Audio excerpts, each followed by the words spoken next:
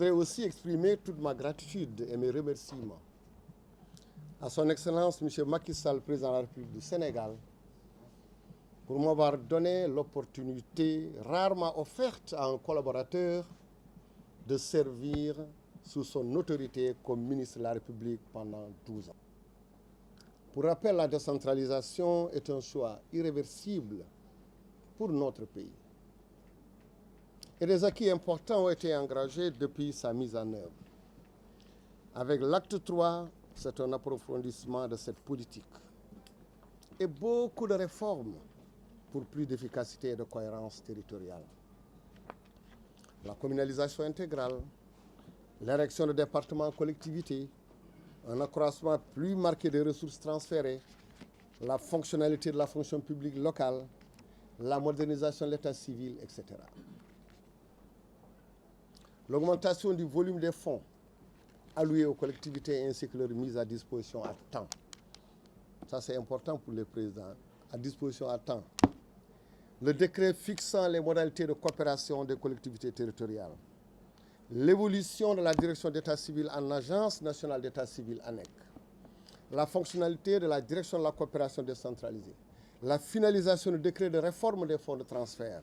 Des projets et programmes finalisés et soumis à validation, comme le projet sur les métropoles d'équilibre, le projet d'appui aux collectivités territoriales de Kédougou, le projet sur le numérique territorial, le projet de construction des directions et agences du ministère, les rencontres de dialogue de gestion pour un meilleur alignement des politiques locales à nos orientations nationales.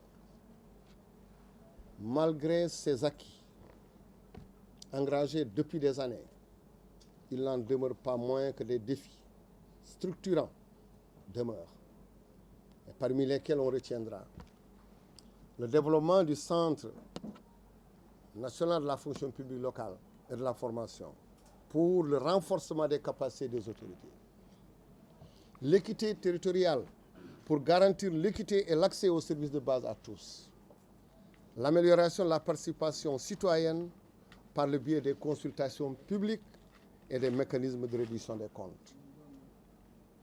La territorialisation des politiques pour un alignement des politiques et les décisions prises au niveau national avec les intérêts et les besoins des autorités.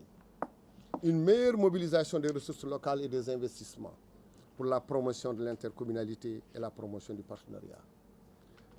Le suivi et l'évaluation pour évaluer l'impact des politiques publiques, des fonds alloués et des interventions au niveau local. L'apaisement du climat social dans les collectivités territoriales pour des solutions durables à la question de la fonction publique locale.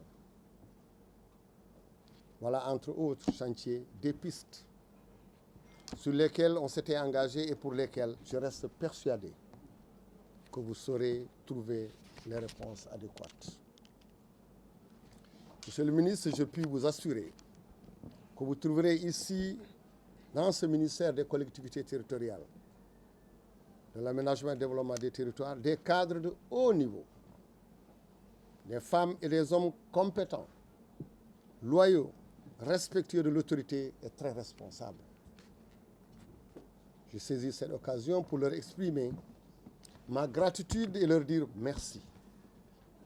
Monsieur le ministre, vous connaissant, je reste convaincu que les acquis consolidés et améliorés et de nouveaux chantiers ouverts dans l'intérêt exclusif de notre cher pays seront réalisés avec vous.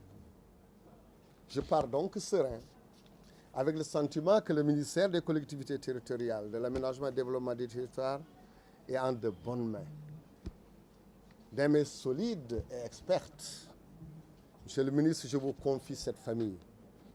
À toutes et à tous, je redis encore merci.